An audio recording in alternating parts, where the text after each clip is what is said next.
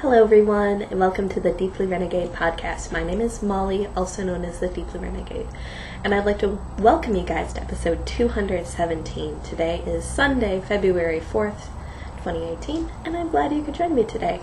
It is a gorgeous day. No socks. Oh, my feet are pretty dirty. It's probably better I'm not wearing socks.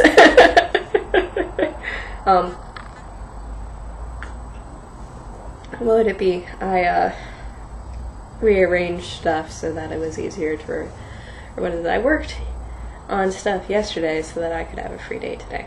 So I am making soup and making beans and doing all sorts of craziness.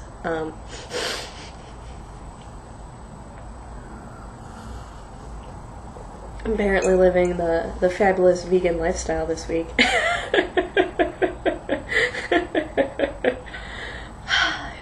It was funny because I decided to make Moroccan lentil soup, and for some reason I was inspired to grab bags of dried beans instead of canned beans, and so I misestimated how much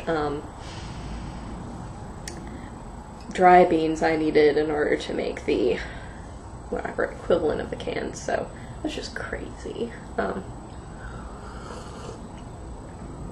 Probably just like going off what normal amounts of whatever. It's just funny when the recipes are designed for what unit they conveniently come into. So I think I got about right on my canned bean ratio, because it was like, what was it? Because I guess they used to be like 16-ounce cans, but then they shrunk them, so that was 15. So that was like, okay, 2 cups of that. And then for the 19-ounce ones, that meant you needed like 2.5. So I just sort of scooped and scooped and scooped, and I still had like 7.5 cups left. So what is it? I probably used 9 for my recipe, but then I had so much left over that I'm making like some sort of curry bean salad. We're just gonna go with it. I had a can of coconut milk, I had some garam masala, I had some curry, we were just going for it. But it's an awful lot of cooking, so it's like 1:30, so that's probably a little earlier than normal, but I figured just take care of it all. So I guess first things first, I did finish my Chevron Infinity Delight Scarf. Infinity, I don't know.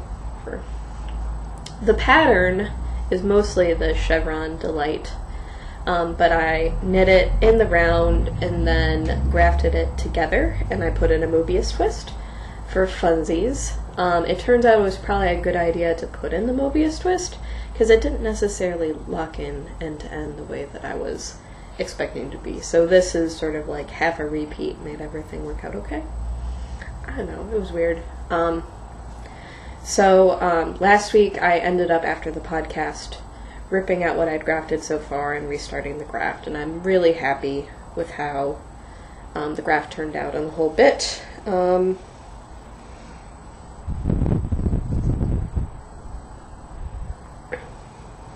trying to think about, because I got one end sort of fuzzy and then the other end wasn't so fuzzy, so I believe I grafted it together here. And it's pretty clean. I'm pretty happy with how everything ended up turning out. So, nice clean graft. Whatever, I don't mind a little bit of grafting. And then I did the Mobius twist, because then that just means you get all this surface area of warm scarf, even though I'm wearing a shawl underneath it. And then you can pretty easily totally bulk this up into a doubled cowl. It's not triple worthy. It doesn't do the fetching. It doesn't, it's a one loop or doubled up all the way. So that's what 3 skeins of Madelinetosh Sport will get you. So haven't weighed my leftovers yet. I noticed on my Ravelry project that I hadn't even listed those skeins in the stash, so just chaos. Normally I'm so good, but I must have missed those. I missed these skeins for some time. It looks really cool with my coat. It looks good with my fingerless gloves. My hat doesn't match, but that was an emergency hat. I haven't like fixed my, what is it, my maroons and blues hat problem yet, but that will be at some point on the agenda, just not right now. So this is finished. Really happy with how it all turned out. And there's a lot of stuff. I may have not given myself enough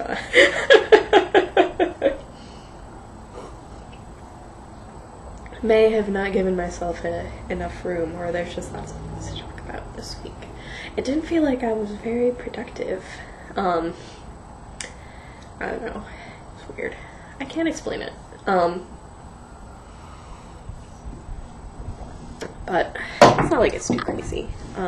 Still drinking White Rock Coffee's Kona. So it's roasted in Dallas, but farmed in Kona. So legit, delicious, organic Kona coffee. It's so good. So I've just been AeroPressing all morning while I've been cooking. So here is what I've got so far on my Linaria by Aparta sock. This is from Hunter Hammerson's Knitter's Curiosity Cabinet #1. And I am knitting this out of my Sheep Dreamery sock blank, of which I have 2 of these guys, so they should make nice identical socks, and I am pulling from the center. Just gotta make sure I got that under control. Let's see if I can't show you guys a beauty shot, because I know I do have a beauty shot. Oh yeah. So this is what the socks are going to look like when they're done. I ended up doing a decent amount of ripping on this because I didn't realize that on one of the pattern pages actually had the chart key. So I sort of made stuff up for a little while, so the cuff will be in twisted rib and the rest of the sock will be in normal knitting, because I didn't know. Because I was twisting stitches and it totally didn't make the pattern that it was supposed to be. So it probably, I think it'll be really pretty.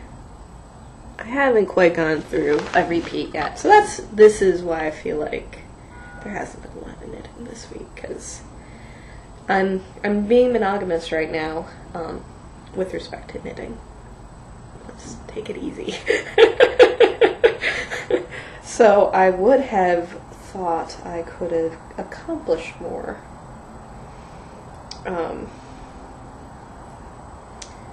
As you do. By working on only one project. But I did end up getting pretty much a full repeat of this done before I realized that it was screwed up, so I ripped back, and this is how far I got Friday night. Bother.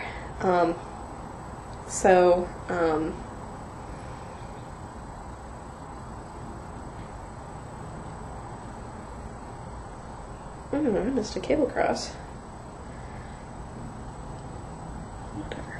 Sorry, that's what I get for picking stuff up in the middle of the podcast. We can probably fix the cable cross. So, had I looked at all of the pages of my pattern, I would have not had the problem I had, but such is life. So that isn't any fault of Hunter, that's me not reading all of the directions before proceeding. Like, what would it be? I ended up printing it or copying the pattern at work, so I think that is why I had some issues. because it took a little bit to figure out the appropriate way to copy the book. Because I don't keep a copier at home. Nor do I have a printer at home. I just am wasting company resources by making full page color, both side things of pattern, whatever, knitting patterns.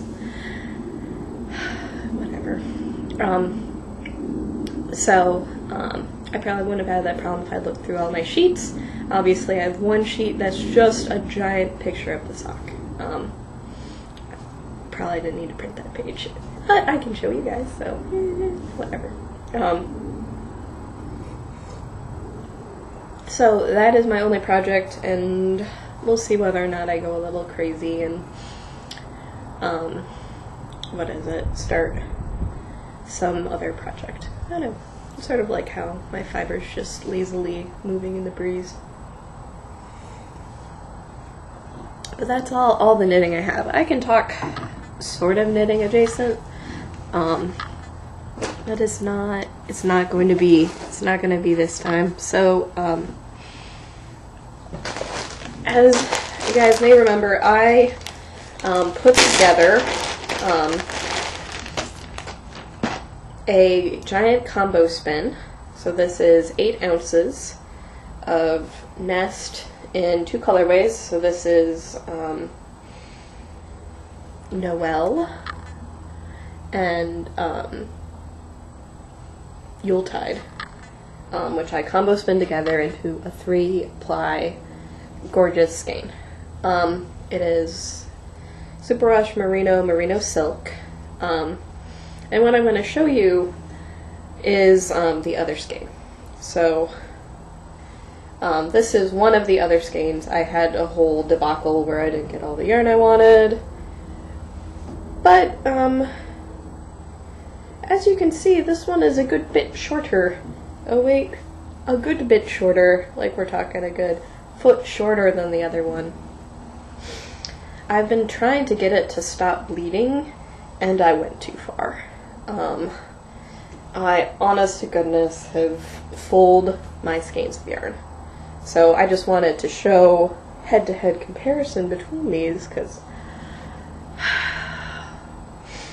now I did wind a ball, and so as you can see here, we're mostly the same. I know, I have another. But, and here is the one that has received no treatment. So this is like a mini skein, chain ply. But I just want to show you guys how different it is. Like, oh my gosh. Like, I was so happy with how this turned out. And this guy's gonna bleed like nobody's business, because it has been through none of the rough treatment that the rest of this stuff is. But, like, this skein tie is pink from just bleeding off in the wash, the one wash that this skein has received. This has been washed many more times, and it is effectively just sort of ropey at this point. So you can see those big chunks, those are just felted together. I can get it apart, but it is not as beautiful as it once was. So because this is a mixture, I think it is sort of unevenly felted as well, but still felted. So it turns out that if you have just a little bit of non-superwash fiber in this guy, it will glom together. What I have not yet tried is Synthropol, to see if I can get it to stop felting. And obviously, what would it be? I have managed to reasonably get this skein okay, but I'm guessing now that it just needs to be a part of a different project where it is by itself, and then will be washed by itself for all eternity. But you can sort of even see here how my untouched skein is so much darker. So either the red was like totally saturated, or yeah, it is a much lighter color. So it'd be the case where in order to get this super saturated red, I think too much dye was put on and the fiber just couldn't hold it all. So while it is a perfect shade of red, it is no longer. Like, it was more dye than it could handle.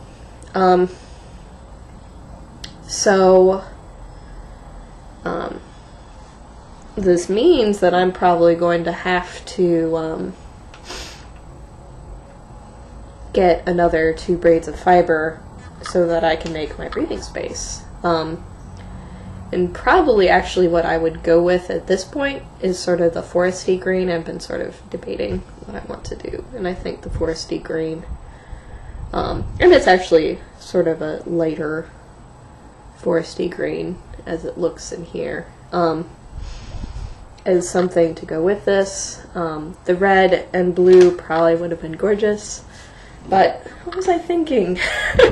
Why did I want a red sweater? Red bleeds like nobody's business.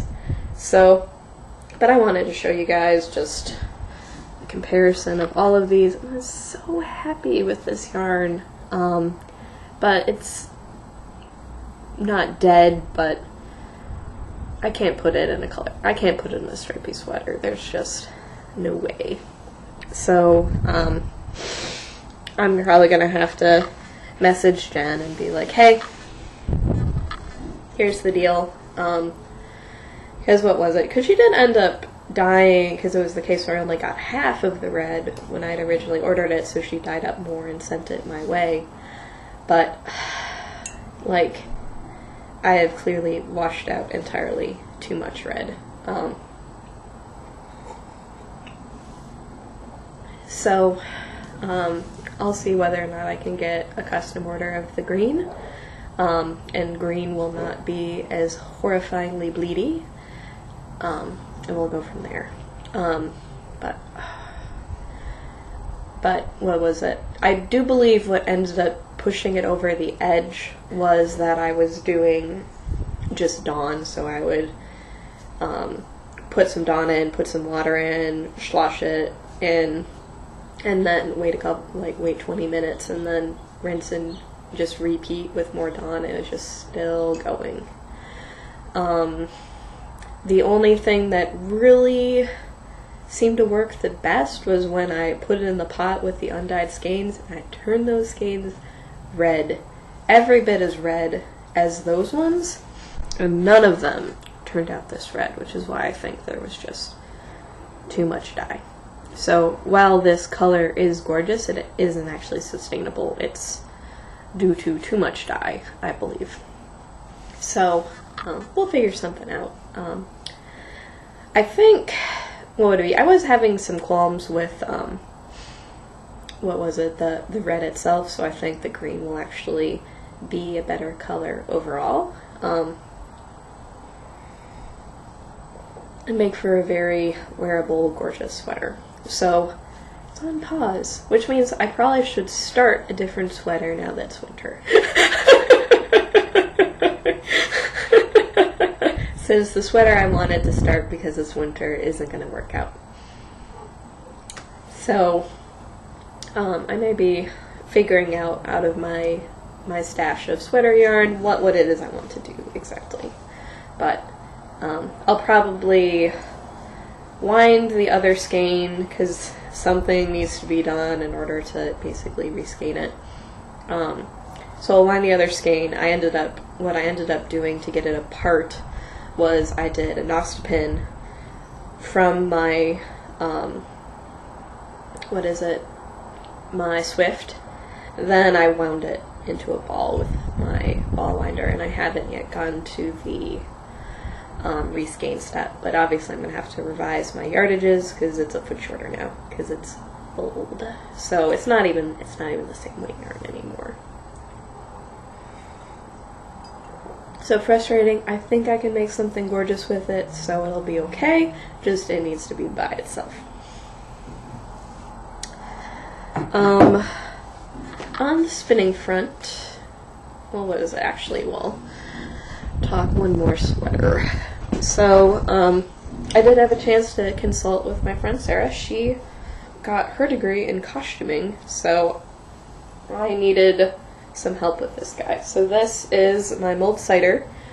And we concluded after looking at, oh, this actually feels really nice. It may be a little bit too cold.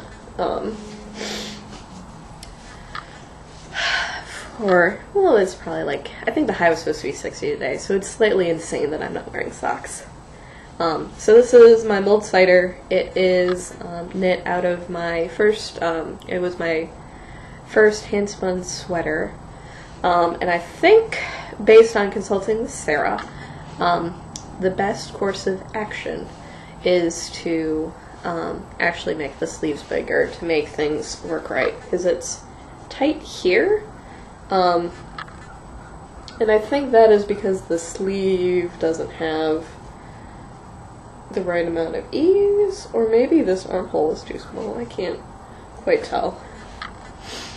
But that is part of, I think, the reason why it's a little bit odd.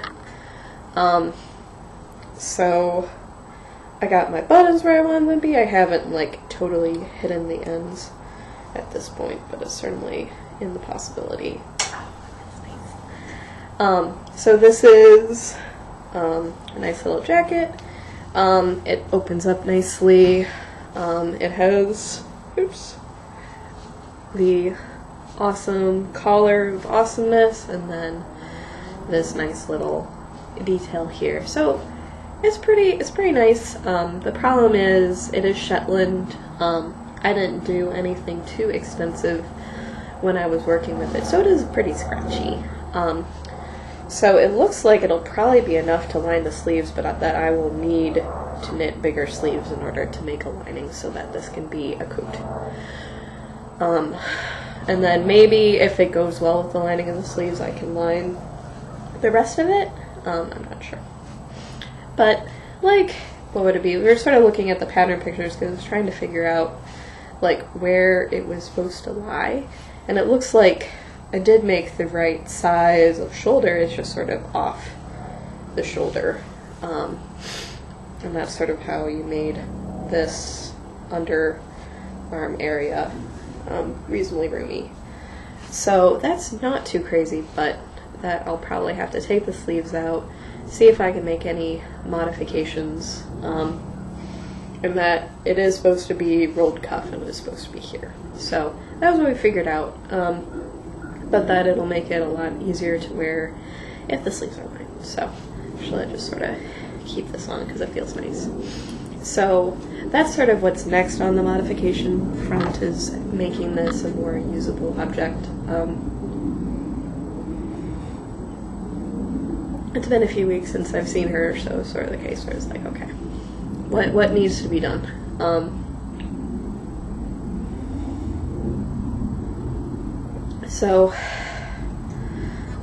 It'll probably be the case where after I take off the sleeves, then I can sort of sit down and assess if the hole itself is big enough, and it's just that I eased in the sleeves and they were too small. But it does look like in the pictures we can find that the sleeves are proportionately a bit bigger. So I'm not sure what went pear-shaped, but we'll make it work. Okay. So it'll be nice to actually be able to use this thing. So I'm happy with the button placement too. So it looks, alright, that's the cool side. So overall, pretty nice and all cozy. Alright, so I told you guys last week that I would remember the bobbin, so I remembered the bobbin. So I am working on a nest compost bin, because it's all nest all the time around here. Happy and sad. So this is my first bobbin. It is as full as I could make it. And I'm going to make 3 of these full as I can make it. And then as we can see, swaying in the breeze is the other bobbin. So I still, as full as I can make it, is getting it all the way to this little plastic thing there. So I still have a pretty decent way to go on this guy. But coming along nicely. I managed to pretty much get another layer put on while watching The Lord of the Rings. So, got first bobbin. I'm really curious because the impression I get from a bobbin like this is that there is a certain peachiness to this that, what would it be, with the oranges and the pinks. So I'm not sure whether or not there's going to be a slightly different character to it when I apply it, and that the blues and the purples will sort of balance everything out. I won't know until I go, but you can sort of see all the different layers of color in my bobbin. So, but what would it be? I've been slowly working on that. I think after I fill this bobbin, I'm going to take a little break on the project,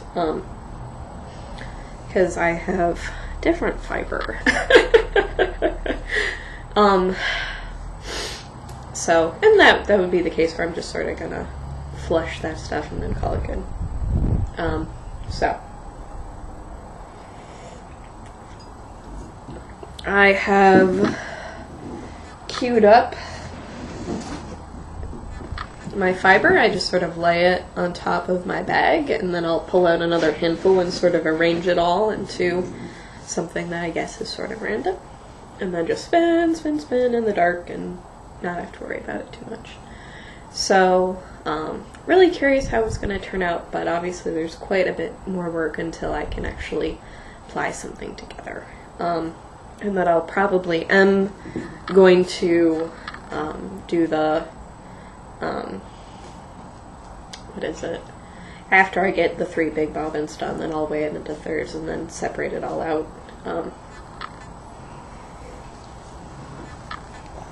In order to get everything nice and even. So I did work on my spindle project this week and actually sort of carried it around in a few new places, which I think resulted in a little bit more work. And then I'm sort of working right now on how to wind yarn to make a God's Eye. Has anyone like done that before? Has anyone tried it? Like, there aren't any tutorials out there. Like, I see lots of people with really gorgeous cops and turtles and what have you, and I just seem to have a hard time making it so I've been trying to wind it on prettily, so I've sort of been covering the outside of this in the maroon color, but still have a pretty decent amount of the fiber left, so I'm just sort of getting, it's ABC CBA sort of fiber, so it'll be purple, maroon, yellow, green, blue, then green, yellow, maroon, what have you, purple. So there's a pretty long time where you're like, where's the blue again? Because, you know, me and blue. But I was able to probably get another color done on this bad boy. It looks like I probably need to wash this bag. What's cool though is the person who made these bags, the knotted bag, is actually in business again, so their shop's open, so this is definitely my favorite spinning bag. It has the silky lining, so it's lovely to work with. But by carrying it with me, because my project right now is small, so there's room in my bag for another bag, so I figure it makes sense to bring it place to place. So is the case where I could work on it in line, worked on it like before my massage, so it was just like good. So what's gonna bump the stuff on my wheel? So I ended up deciding to participate in the Completely Twisted Arbitrary sale. This time it is Three Waters Farm, and she has a super Bazinga Bright one that's called In the Far East, and then there are these gorgeous dark jewel tone ones. So this guy's Blurple, and then this guy is Quilter's Magic. So this is actually inspired by one of David's of Southern Cross Fibers quilts. And so it is, I wouldn't say that this is a Blurple. This just seems to be a nice deep purple with maybe some parts that are sort of heading towards dark, which maybe that was supposed to be more blurply. I'm trying to get it out of the bag so I can actually show you guys. And this is interesting because Marianne had actually changed how she was storing her fiber, or how she's selling her fiber. So then this,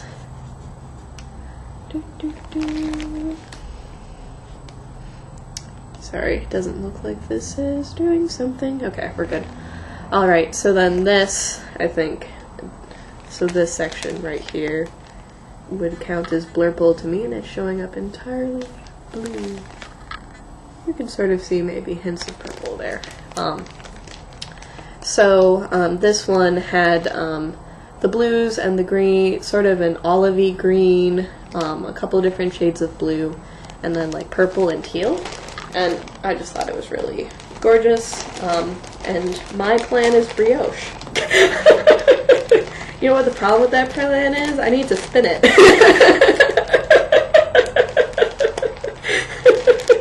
I'm like getting ahead of myself. So both of these are Rambouillet.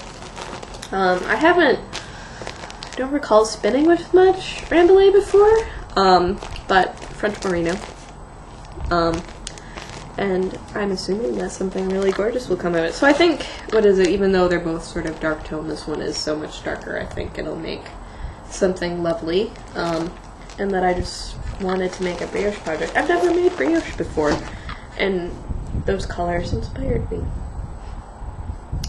So, it's just like a little bit crazy. So I will be bumping the combo spin for a little bit to participate in the spin along, and then get back to combo spinning, because when I finish my combo spin, I will have done almost half of my spin the bin, so it shouldn't be too crazy.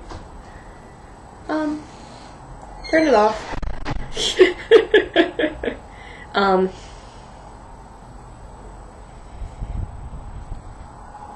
It won't be too insane. It turns out that the beans are going off and that I've taken too long for the podcast. Whatever, I'm almost done. So I'll have to figure out what it is that I'm doing with it, but I won't switch things out till I finish this bobbin, which will probably be at least another week, maybe 2 weeks. But I don't want to do too much weirdness. Not like it's a big deal, because I'm just spinning from lots of little pieces of fiber in order to make the cohesive whole. So what would it be? So I'm curious, what is it, after I've shown my, what is it, fiber arts fail.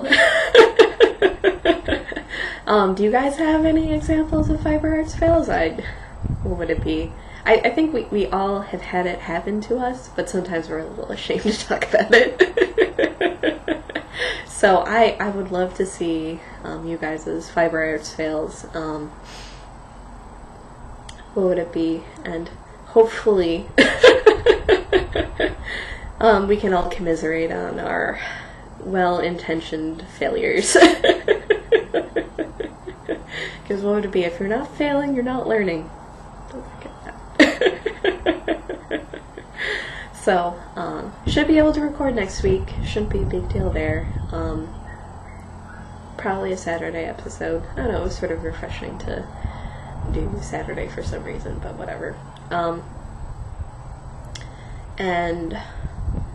look forward to talking to you guys next week. So, I hope you guys have a lovely week, and I'll talk to you later. Take care, guys. Bye-bye.